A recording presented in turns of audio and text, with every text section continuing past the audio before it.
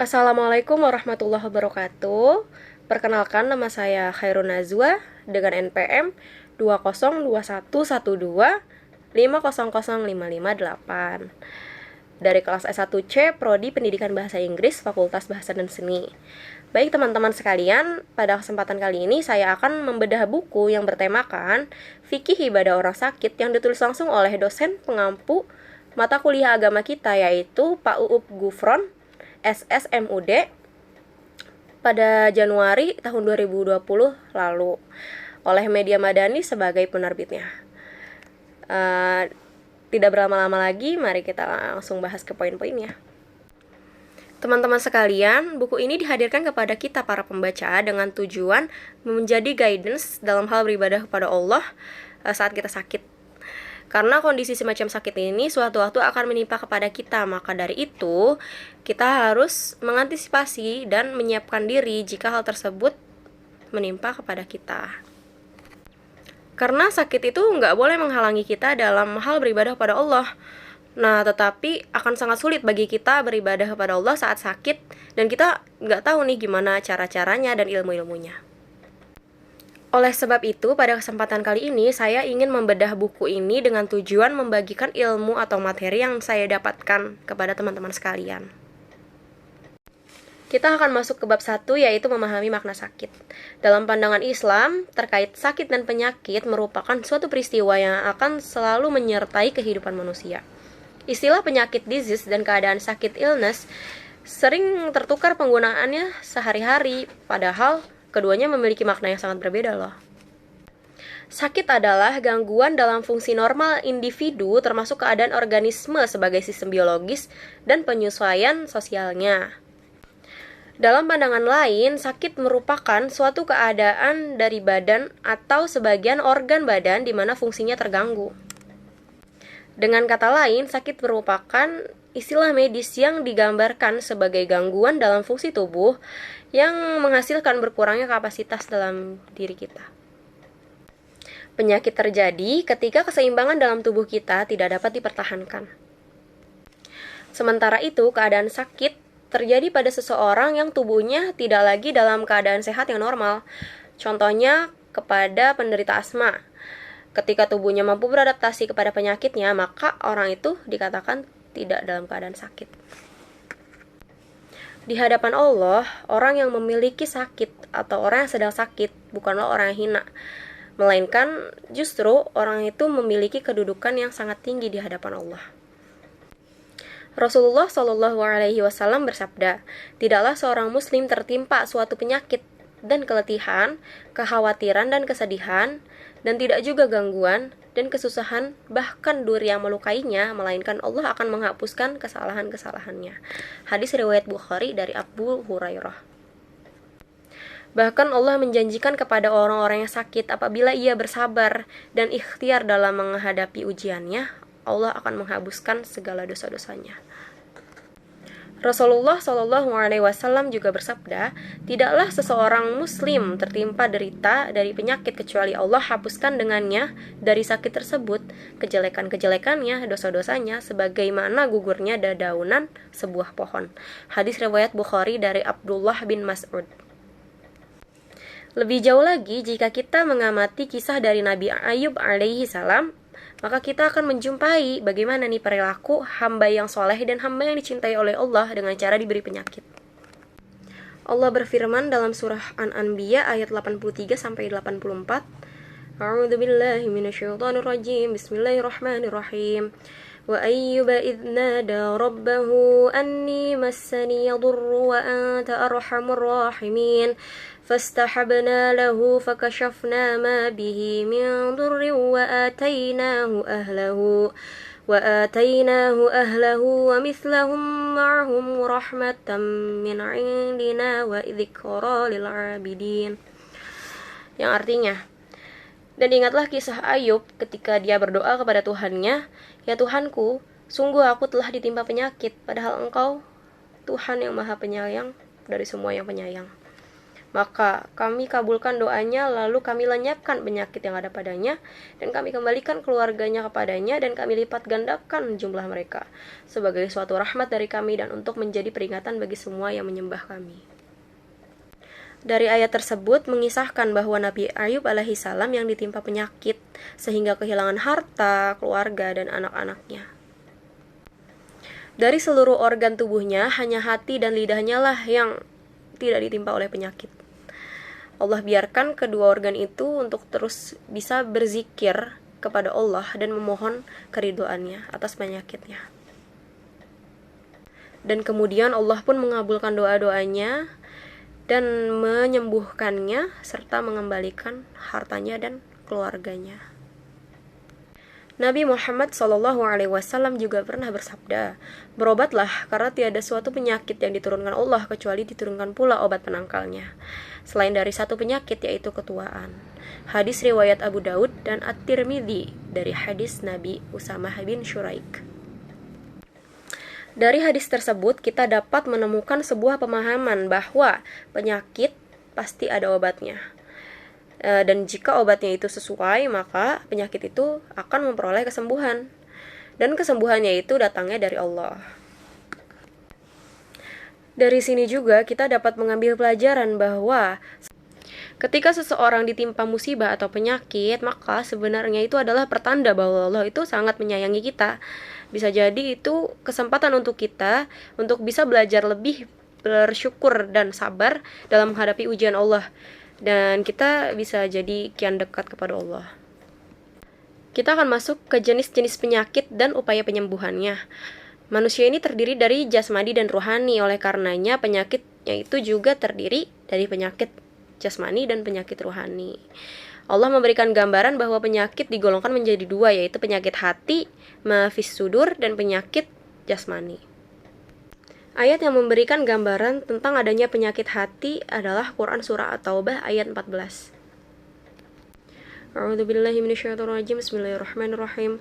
Qatiluhum yu'adzibhumullahu biaydikum wa yukhzihim wa yansurkum 'alaihim wa yashfi sudur qaumin mu'minin.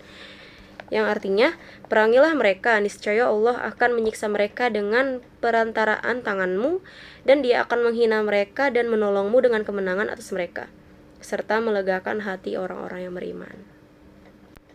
Dalam Quran Surah Yunus ayat 57, Allah juga berfirman, A'udzubillahi minasyaitonirrajim. Bismillahirrahmanirrahim. Ya ayyuhan nasu qad ja'atkum maw'idhatum min rabbikum wa shifaa'un lima fis sudur wa hudan wa rahmatul lil mu'minin. Yang artinya, wahai manusia, sungguh telah datang kepadamu pelajaran Al-Quran dari Tuhanmu, penyembuhan bagi penyakit yang ada dalam dada, dan petunjuk serta rahmat bagi orang-orang yang beriman. Dalam Quran Surah An-Nahl ayat 69 juga menerangkan tentang penyakit jasmani. A'udzubillahi minasyaitonirrajim. Bismillahirrahmanirrahim. Thumma kuli min kulli thamarati fasluki subula rabbiki dhulula yakhruju min butuniha syarabun mukhtalifun alwanuhu fihi shifaa'un linnas. Inna fi dzalika laayatil liqaumin yatafakkarun. Yang artinya, kemudian makanlah dari segala macam buah-buahan, lalu tempuhlah jalan Tuhanmu yang telah dimudahkan bagimu. Dari perut lubah itu keluar minuman madu yang bermacam-macam warnanya, di dalamnya terdapat obat yang menyembuhkan bagi manusia. Sungguh, pada yang demikian itu benar-benar terdapat tanda kebesaran Allah bagi orang yang berfikir. Al-Quran selain memaparkan tentang jenis-jenis penyakit, juga memaparkan tentang obatnya. Menurut Al-Quran, obat tidak hanya zat yang mampu menyembuhkan penyakit jasmani, tetapi juga menyembuhkan penyakit rohani ataupun keduanya. Obat yang telah disebutkan dalam Al-Quran ada dua, yaitu Al-Quran itu sendiri dan madu. Dalam firman-Nya, Allah Subhanahu wa Ta'ala telah menjelaskan bahwa salah satu fungsi Al-Quran itu adalah sebagai obat. Dalam Quran Surah Al-Isra ayat 82, Allah Subhanahu wa Ta'ala telah berfirman, A'udzubillahi minasyaitonirrajim. Bismillahirrahmanirrahim. وَنُنَزِّلُ مِنَ الْقُرْآنِ مَا هُوَ شِفَاءٌ وَرَحْمَةٌ لِّلْمُؤْمِنِينَ وَلَا يَزِيدُ الظَّالِمِينَ إِلَّا خَسَارًا. Yang artinya, dan kami turunkan dari Al-Quran sesuatu yang menjadi penawar dan rahmat bagi orang yang beriman. Sedangkan bagi orang yang zalim, Al-Quran itu hanya akan menambah kerugian. Dan pada ayat lain dalam Al-Quran surah Yunus ayat 57, Allah berfirman, A'udzubillahi minasyaitonirrajim, Bismillahirrahmanirrahim. Ya ayyuhan nasu qad ja'atkum maw'idhatum min rabbikum wa shifaa'un lima fis suduri wa hudaw wa rahmatul lil mu'minin. Yang artinya, wahai manusia, sungguh telah datang kepadamu pelajaran Al-Quran dari Tuhanmu, penyembuh bagi penyakit yang ada dalam dada dan petunjuk serta rahmat bagi orang yang beriman. Nabi SAW juga bersabda, hendaklah kalian melakukan penyembuhan, yaitu dengan madu dan Al-Quran. Hadis riwayat Ibnu Majah. Kedua ayat tadi menunjukkan bahwa Al-Quran selain sebagai petunjuk dan rahmat bagi orang-orang yang beriman, juga berfungsi sebagai obat atau penyembuh. Dalam posisinya sebagai obat, Al-Quran memiliki dua fungsi sekaligus, yaitu untuk obat penyakit jasmani dan obat penyakit hati. Kita akan masuk ke kisah Nabi Ayub alaihissalam. Jika kita membicarakan tentang penyakit, kita pasti akan teringat atau bahkan mengenang tentang kisah penyakit yang diderita oleh Nabi Ayub alaihissalam. Kesabaran dan keteguhan hatinya kemudian diabadikan di dalam Al-Quran sebagai contoh orang yang sabar dalam menghadapi penyakit dan ujian seberat apapun itu. Nabi Ayub alaihissalam dalam Al-Quran disebutkan sebagai orang yang paling sabar. Ia diuji oleh Allah Subhanahu wa Ta'ala dengan penyakit yang sangat aneh karena sekujur tubuhnya ini membusuk dan hancur. Bahkan luka di sekujur tubuhnya ini dipenuhi oleh belatung. Oleh sebab itu ia terpencilkan oleh masyarakat, termasuk oleh istri dan anak-anaknya sendiri. Ia dibuang jauh di luar perkampungan di sebuah gunung. Ia pun hidup di dalam sebuah gua yang sangat gelap dan sepi. Di dalam gua itu, Nabi Ayub alaihissalam menghabiskan waktunya seorang diri. Di dalam kesendiriannya ini, Nabi Ayub pernah bersumpah bahwa seandainya Allah memberikan ia kesembuhan, maka ia akan mencabuk istrinya karena telah tega membuang dirinya ke tempat yang sepi. Suatu ketika, ia sedang memandangi belatung-belatung yang ada dalam dirinya. Ia pun tiba-tiba berubah pandangan terhadap belatung-belatung itu. Ia menjadikan belatung-belatung tersebut sebagai teman-temannya. Dia pun berkata, wahai para belatung sahabatku, makanlah sepuas-puasnya dagingku, karena kalian semua sekarang sudah menjadi sahabatku. Kalau hari-hari yang lampau kalian kuanggap musuhku, kemana-mana aku mencari tabib untuk memusnahkan kalian, maka sekarang satu-satunya yang bersedia menemaniku di dalam kegelapan malam ini, di dalam gua ini hanyalah kalian.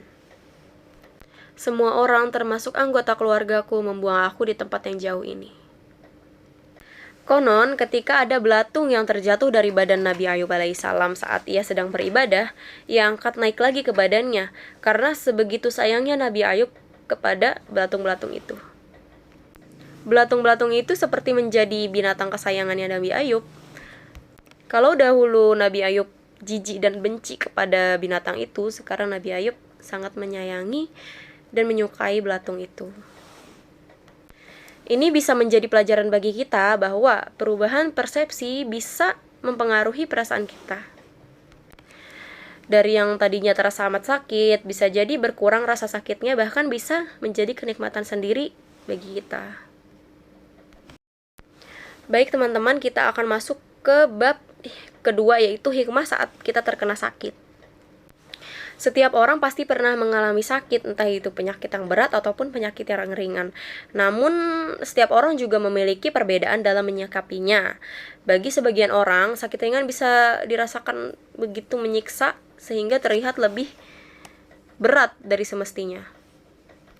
Akan tetapi, bagi sebagian yang lain, penyakit berat bisa dirasakan ringan jika hatinya menerima dan ikhlas terhadap penyakit yang ada.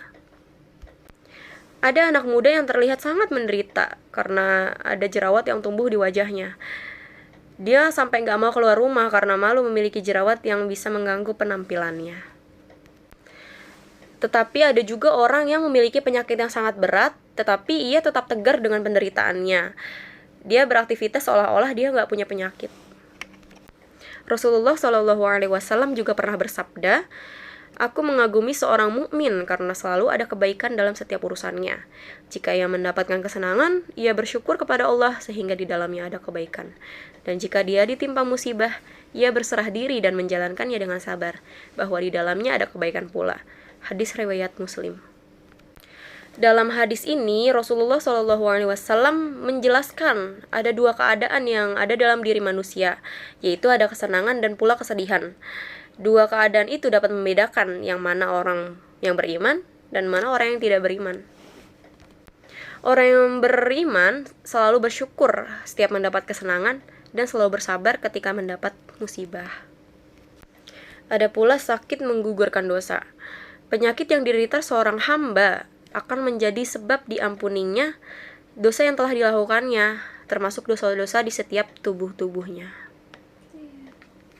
Rasulullah SAW pernah bersabda, "Setiap getaran pembuluh darah dan mata adalah karena dosa, sedangkan yang dihilangkan Allah dari perbuatan itu lebih banyak lagi." Hadis riwayat Tabrani. Ini adalah hikmah terpenting diturunkannya penyakit dan musibah. Tetapi sayangnya banyak saudara-saudara kita yang tidak mengetahui hal itu. Seringkali kayak kita mendengar manusia malah berkeluh kesah, mencaci maki, bahkan yang lebih parah lagi meratapi nasibnya. Padahal jika mereka mengetahui hikmah di balik semua itu, maka sebenarnya penyakit dan musibah itu bisa terasa ringan sebab banyaknya rahmat dan kasih sayang dari Allah Subhanahu wa Ta'ala. Rasulullah SAW pernah bersabda, "Tidaklah seorang muslim tertimpa suatu penyakit dan sejenisnya, melainkan Allah akan menggugurkan bersamanya dosa-dosanya seperti pohon yang menggugurkan dedaunan." Hadis riwayat Bukhari dan Muslim. Adapun sakit mendatangkan pahala. Sebenarnya sehat dan sakit ini sama halnya seperti susah dan senang, sedih, gembira, adapun kaya dan miskin. Semuanya ini merupakan ujian dari Allah kepada orang-orang yang menerimanya. Karena setiap manusia selalu diuji dalam hal yang ia sukai maupun yang ia tidak sukai. Allah Subhanahu wa Ta'ala telah menjelaskan hal ini dalam firman-Nya pada surah Al-Anbiya ayat 35. A'udzubillahi minasyaitonirrajim. Bismillahirrahmanirrahim. Kullu nafsin dha'iqatul maut wa nabluukum bisyarri wal khairi fitnah wa ilaihi turja'un. Artinya, setiap yang bernyawa akan merasakan mati. Kami akan menguji kamu dengan keburukan dan kebaikan sebagai cobaan, dan kamu akan dikembalikan hanya kepada kami. Sakit ini juga bisa menjadi salah satu sebab kita memperoleh pahala yang besar. Sakit ini juga bisa menjadi salah satu sebab memperoleh pahala yang besar. Syaratnya apabila Allah telah menguji kita dengan penyakit tersebut, maka kita harus bersabar dan ridho atas ujian yang telah menimpa kepada kita. Penyakit ini juga bisa mendekatkan kita kepada Allah dan menjadi sebab turunnya ampunan dan rahmat kepada kita. Pahala yang diberikan kepada orang yang sedang terkena sakit merupakan balasan terhadap sakit yang sedang dideritanya pada saat itu. Adapun sakit melati rohani, memiliki penyakit atau sedang dalam kondisi sakit bisa mengantarkan seseorang untuk melatih rohaninya. Sakit bisa menjadi media bagi seseorang untuk melenyapkan sifat sombong dan bangga diri dari hati mereka. Ibnul Qayyim pernah berkata, "Kalau tidak ada cobaan dan musibah dunia, niscaya seorang hamba akan tertimpa penyakit sombong, ujub, congkak, dan kerasnya hati yang semua itu adalah sebab kehancurannya di dunia dan akhirat." Sakit membuat kita tahu manfaat sehat itu apa, tapi tidak jarang juga orang merasakan nikmat ketika dia sedang sakit. Memang begitu banyak nikmat yang Allah sudah berikan kepada kita, namun selama ini kita masih saja lalai untuk mensyukuri nikmat-nikmat tersebut. Baik, kita akan masuk ke bab 3, yaitu kemudahan bagi orang sakit. Syariat Islam dibangun di atas kemudahan. Artinya, praktik ibadah dalam Islam kadangkala memiliki perubahan atau berubah karena adanya perbedaan kondisi. Oleh sebab itu, Allah telah memberikan kemudahan bagi orang-orang yang memiliki uzur atas ibadahnya dengan uzurnya masing-masing. agar mereka bisa beribadah tanpa kesulitan dan keberatan. Allah Subhanahu wa taala telah berfirman dalam surah Al-Baqarah ayat 185. A'udzubillahi minasyaitonirrajim. Bismillahirrahmanirrahim. Yuridullahu bikumul yusra wa la yuridu bikumul usra walitukmilul 'iddata walitukabbirullaha 'ala ma hadakum wa la'allakum tashkurun. Artinya, Allah menghendaki kemudahan bagimu dan tidak menghendaki kesukaran bagimu. Hendaklah kamu mencukupkan bilangannya dan mengagungkan Allah atas petunjuknya yang diberikan kepadamu agar kamu bersyukur. Pada bab ini diterangkan tata cara wudhu bagi orang-orang sakit, ada juga mandi junub bagi orang-orang sakit, terus ada juga cara tayamum bagi orang yang sakit. Baik teman-teman, kita akan masuk ke bab 4, yaitu sholat untuk orang sakit.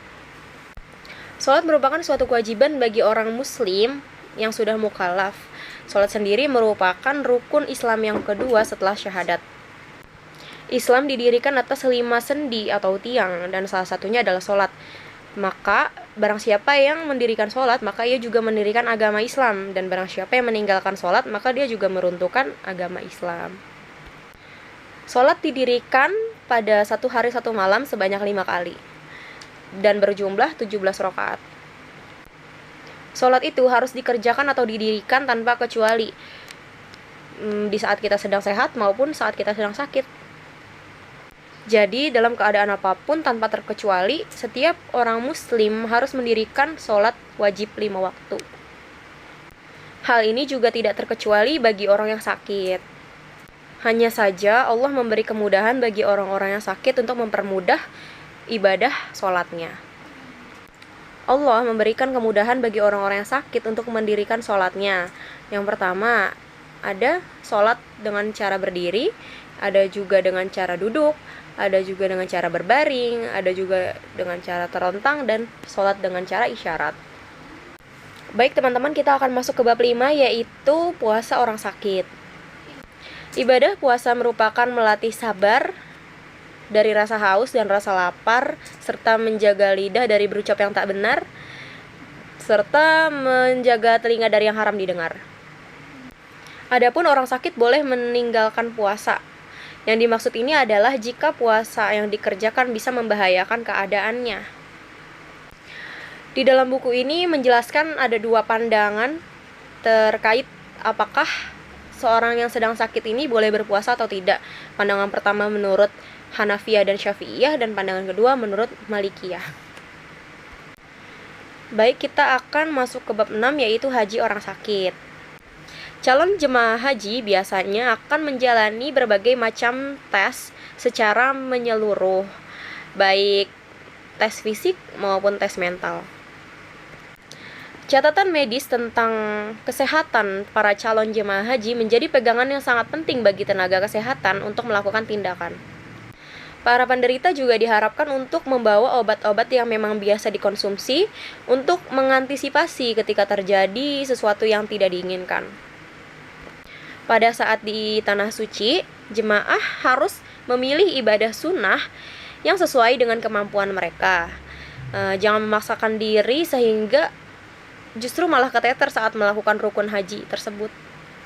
Stamina harus tetap dijaga saat menjalankan ibadah di Padang Arafah saat puncak ibadah haji sedang berlangsung. Manfaatkan waktu dengan sebaik-baik mungkin, dan jika ada waktu, lebih baik digunakan untuk beristirahat saja. Karena dengan istirahat yang cukup, kondisi tubuh juga akan kembali menjadi segar, sehingga bisa menjalankan atau melaksanakan ibadah haji dengan baik. Nah teman-teman, pada bab 7 ini kita akan membahas tentang hidup sehat ala Rasulullah. Sebagai seorang muslim, tidak ada tokoh yang patut dan layak diteladani dalam hal apapun selain Rasulullah SAW. Allah Subhanahu wa taala telah berfirman dalam surah Al-Ahzab ayat 21. A'udzubillahi minasyaitonirrajim. Bismillahirrahmanirrahim. Laqad kana lakum fi Rasulillahi uswatun hasanatun liman kana yarjullaha wal yawmal akhir wa dzakarallaha katsira. yang artinya, sungguh telah ada pada diri Rasulullah itu suri tauladan yang baik bagimu, yaitu bagi orang-orang yang mengharap rahmat Allah dan kedatangan hari kiamat, dan yang banyak mengingat Allah. Segala yang ada dalam diri Rasulullah patut kita tiru dan kita amalkan. Cara hidupnya juga mencerminkan cara hidup yang sehat, oleh sebab itu Rasulullah tidak pernah sakit. Adapun beberapa kebiasaan Rasulullah SAW. Yang pertama, ada aktivitas harian Rasulullah. Rasulullah selalu bangun di sepertiga malam dan tidur tidak lebih dari jam 8 malam. Adapun pola makan Rasulullah, pada saat sarapan Rasulullah biasanya sarapan dengan air dingin yang dicampur dengan madu. Kemudian saat siang biasanya Rasulullah memakan 7 butir kurma ajwa yang matang. Menjelang sore adalah cuka dan minyak zaitun, dan ketika malam menu makan Rasulullah adalah sayur-sayuran. Adapun olahraga Rasulullah, yang pertama Rasulullah gemar berlari, bela diri, berkuda dan memanah. Adapun mengendalikan perkara hati, salah satu kunci kesehatan Rasulullah adalah mengendalikan perkara hati yang baik. Rasulullah mengajarkan kita agar tidak membiasakan atau mengendalikan emosi kita. Akhirnya teman-teman, kita sudah memasuki bab penghujung, yaitu bab 8. Pada bab 8 ini diterangkan doa-doa pilihan para nabi. Pertama ada doa Nabi Adam alaihi salam memohon ampunan dosa. Doa ini diterangkan pada Quran surah Al-A'raf ayat 23. A'udzubillahi minasyaitonirrajim. Bismillahirrahmanirrahim. Qala rabbana dhallamna anfusana wa illam taghfir lana wa tarhamna lanakunanna minal khasirin. Yang artinya, keduanya berkata, ya Tuhan kami telah menzalimi diri kami sendiri. Jika Engkau tidak mengampuni kami dan memberi rahmat kepada kami, niscaya kami termasuk orang-orang yang rugi. Adapun doa Nabi Nuh alaihi salam saat memohon kesabaran mendidik anak. Doa ini ada di dalam Quran surah Hud ayat 47. A'udzubillahi minasyaitonirrajim. Bismillahirrahmanirrahim. Qala rabbi inni a'udzu bika an as'alaka ma laysa li bihi 'ilm wa illa taghfir li wa tarhamni akum minal khasirin. Yang artinya, dia Nuh berkata, ya Tuhanku, sesungguhnya aku berlindung kepadamu untuk memohon kepadamu sesuatu yang aku tidak mengetahui hakikatnya. Kalau Engkau tidak mengampuniku dan tidak menaruh belas kasihan kepadaku, niscaya aku termasuk orang-orang yang rugi. Adapun doa Nabi Ibrahim ketika memohon keturunan yang soleh. Doa ini tercantum pada Quran surah Ibrahim ayat 40-41.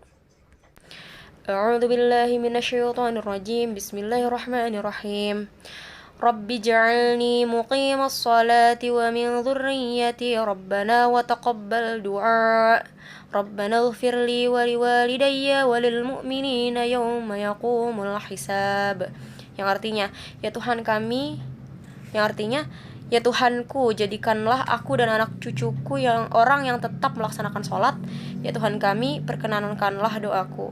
Ya Tuhan kami, ampunilah aku dan kedua ibu bapakku dan semua orang yang beriman pada hari diadakan perhitungan atau hari kiamat. Adapun doanya Nabi Yunus alaihi salam ketika menahan amarah dan kesal. A'udzubillahi minasyaitonirrajim. Bismillahirrahmanirrahim. La ilaha illa anta subhanaka inni kuntu minadh dhalimin. Artinya, bahwasannya tiada Tuhan yang patut disembah melainkan hanya Engkau, Maha Suci Engkau, sesungguhnya aku adalah termasuk orang-orang yang zalim. Quran surah Al-Anbiya ayat 87. Baik teman-teman, sekian dari penjelasan bedah buku yang saya sampaikan pada kesempatan kali ini. Kurang dan lebihnya saya mohon maaf. Wabillahi taufik wal hidayah. Wassalamualaikum warahmatullahi wabarakatuh.